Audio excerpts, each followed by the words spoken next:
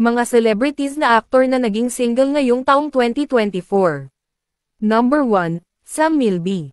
Single na ngayon ang actor hunk na si Sam Milby matapos na ibalita na naghiwalay na sila ng dating Miss Universe 2018 na si Katrina Gray, na natiling tikom ang bibig ng aktor tungkol dito. Marami namang netizens ang nalungkot dahil sa pangyayaring ito.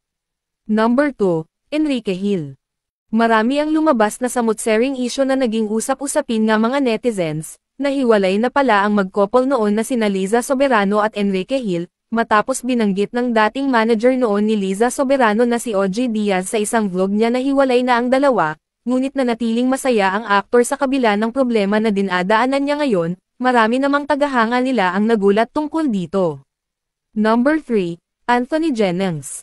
Kamakailan lang ay naging usap-usapin ang pagiging single ng aktor na si Anthony Jennings, matapos na lumabas ang balitang hiwalay na sila ng kanyang non-showbiz girlfriend na si Jam Villanueva. Marami naman ang umusisa dito kung ano ang dahilan ng kanilang paghihiwalay. Sa ngayon busy ang aktor sa pagtitaping sa teleserye na Incognito.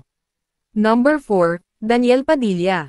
Matapos ang isang taon na paghihiwalay ng aktor na si Daniel Padilla at Catherine Bernardo, ay nanatiling tahimik ang aktor sa mga social media, dahil sa mga samut-saring kumanto ng iba't ibang netizens na siya ang tinuturong dahilan ng kanilang hiwalayan. Sa ngayon may pelikula na